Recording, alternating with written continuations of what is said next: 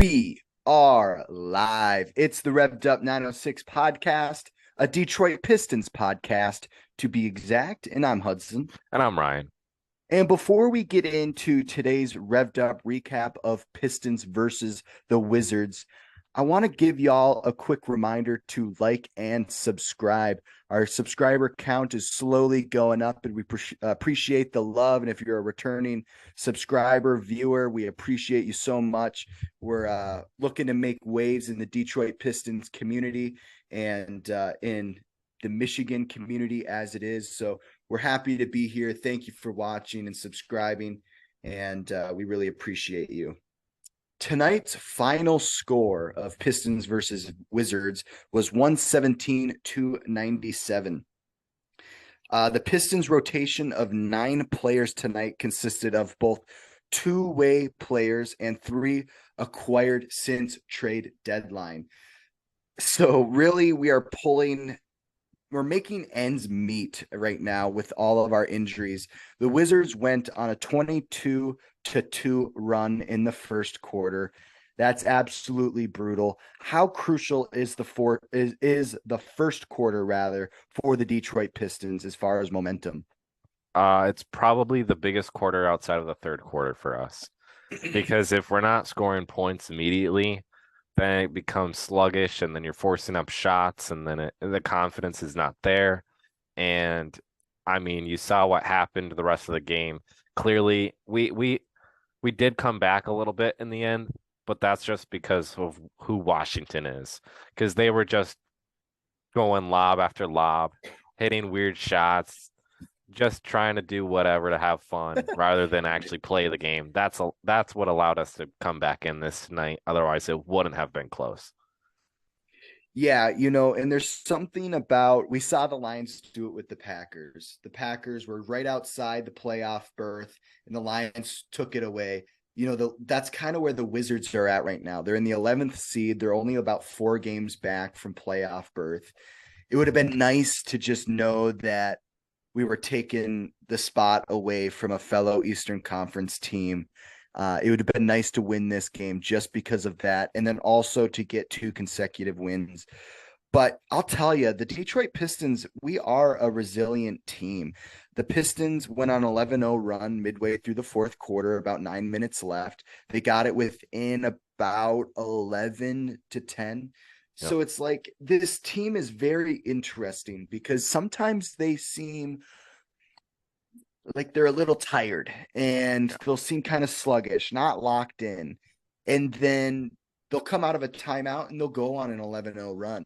And a big guy that was a big contributor to that tonight was Rodney McGruder.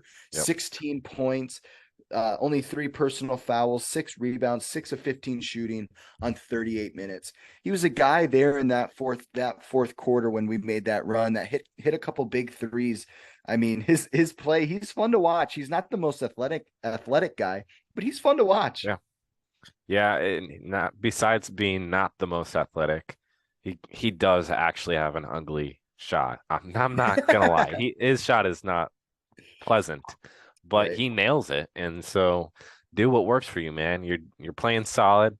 I'm gonna take 16 points out of him. He had 18 last night, 16 tonight. Might as well have 20 tomorrow or the next game. I don't know. But he's playing solid, and I'm not gonna complain out of him. Outside of him though, Corey Joseph had another solid vet game. We forgot to mention last night that he had the 22. He had a solid game against the Pacers.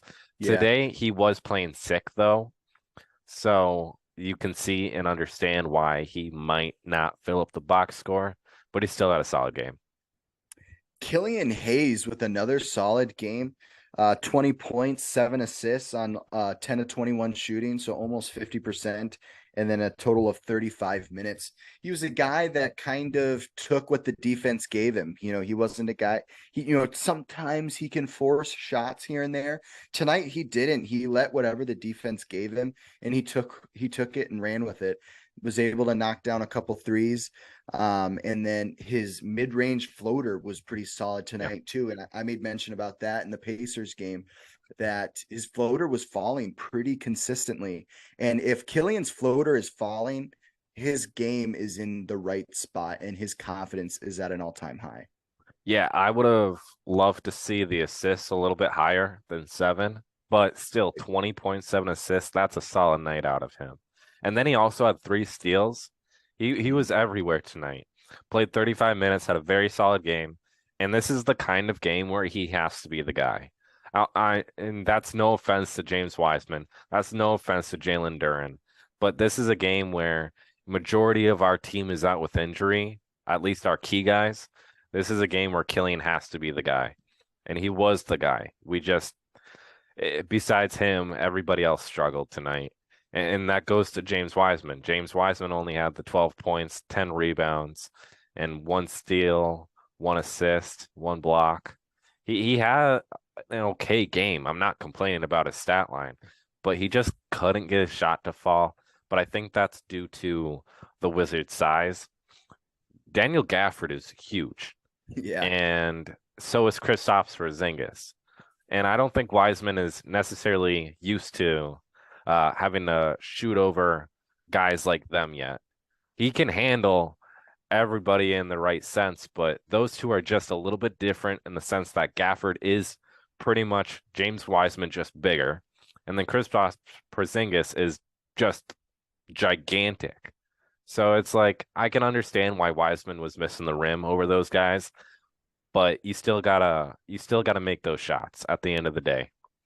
Yeah, 4 of 15 shooting is just not what you want to see at the end of 4 quarters. But sometimes when young guys struggle offensively, they kind of take a step back. I don't mind a guy like James Wiseman struggling shooting and still putting up 15 shots, especially in a game like tonight where we only have 9 guys. None of these guys are necessarily like, other than Jalen Duren, that are like really our top guys. And so to have some struggles offensively and still put up those shots, I don't mind that. Try to find that rhythm in a game like tonight. The odds are stacked against us, and it's going to happen. But one thing I wanted to make mention to is, Bradley Beal is a beast. I'm a big fan of Bradley Beal's game after a game like tonight. 36 points, 7 assists, 6 rebounds, 4 of 6 from the 3-point line, 13 of 15 shooting, and in 32 minutes. To score 36 points off of only shooting 15 shots, dude, that is incredible. And shout out for Bradley Beal for being a franchise guy. He's been in Washington what it seems like forever, and he's been putting up with them for like 15 years. Yeah, the Wizards will never win in our lifetime. I'm just saying it now. But Bradley Beal is an OG. He's a solid player. He's always going to be the guy that just drops 30 plus on very efficient shooting. And so for us, even with a lackluster team like we had tonight, you got to be able to compete with that. And we just can't compete with him. And it's unfortunate. But that's looking for the bright side for next year. When we have all our guys healthy, when we have Cade and everybody back, we could easily compete with Bradley Beal next year if everyone's healthy. But with a lackluster team that we have majority of our key guys out, it's kind of hard to compete with that. The Pistons tonight shot 38% from the field, 29% from the 3-point line. That's definitely not ideal. The Washington Wizards, 22 of 22 from the free throw line, 100%. That's incredible. But one thing that we made note about against the Pacers is the Pistons finished with 17 offensive rebounds. Tonight they had 19. So when you're hovering around that 20 mark with offensive rebounds, that is a great game. So it's really nice to see our offensive rebounding get a little bit better with guys like Eugene and RJ that kind of make an effort on the offensive rebounds. And then also, of course, there's James Wiseman in there. That's definitely made a difference. So that's really nice to see them over 2 games be hovering around 20 offensive rebounds. That's definitely good to see. And then 11 turnovers. from the Pistons tonight. Typically, we can see them get around 20. Yeah. So it's nice to see them kind of be in the low double digits. Yeah, as long as the turnover number is low, I'm happy.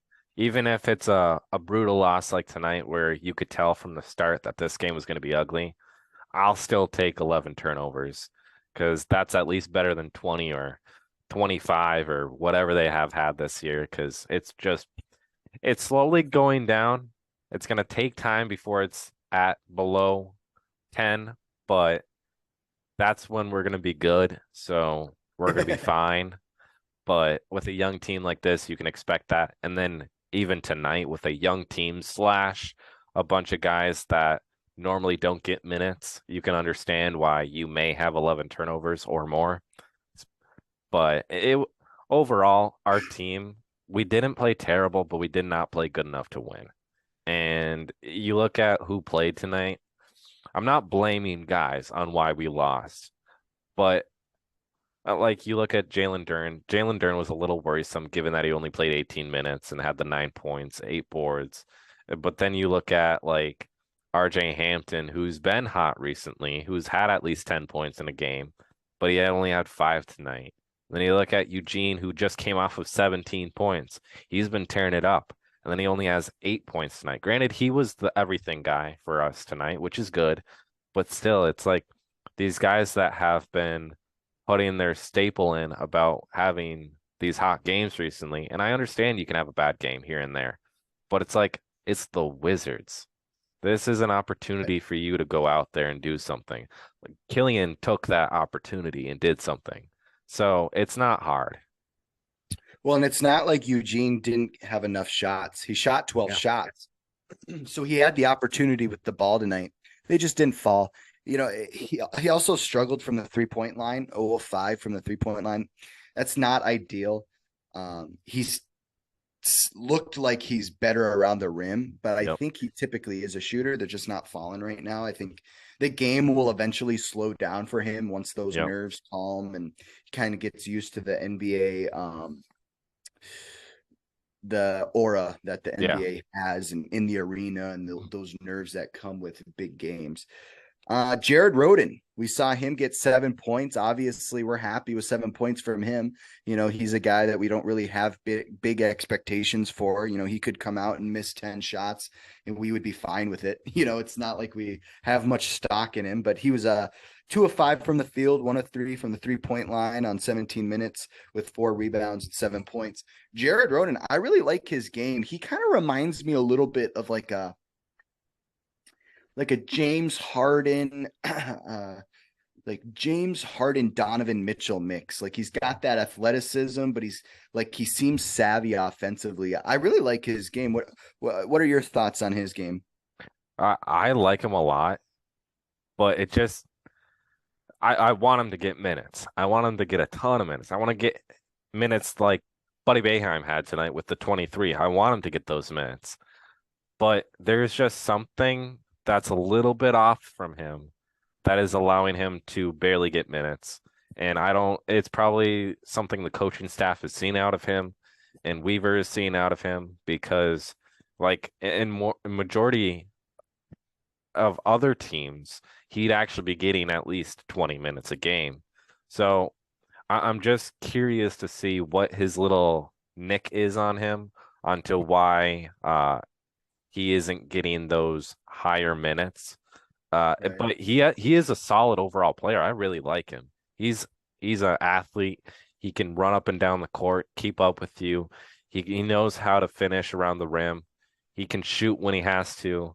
Like he's a very solid guy. And so I just want more minutes, but I'm curious to see what the little things are that he needs to fix in order for him to get those minutes. Yeah, I would love to pick the brain of Dwayne Casey and know what his thoughts are on how to distribute minutes. That's something that we're always so fascinated every night about. Following a young team like this, it's so interesting to see how Dwayne Casey attributes the minutes because one night it'll be RJ Hampton, but then another night, Buddy Boeheim will have 22 minutes, So it's very interesting to see that side of following a basketball team because, when you have a young team, the way Dwayne Casey does is everybody needs an opportunity. Okay. Yeah. But how do you go about that? And how do you give everybody a fair shot? Do you decide it by effort in practice? Do you decide it by shooting streaks of what you're seeing in practice? Oh, Jared Rhoden, his shot was falling, yesterday. Let me get him, or in shoot around this morning, Jared Rhoden looked real smooth. Let's get him some minutes tonight. I don't know if that's how it works. I would love to know that. That would be so interesting. If one day we make it big and are able to, interview Dwayne Casey, I would love to pick his brain on that. Yeah. And I know and trust the Dwayne Casey process because he's a great coach, Hall of Fame coach.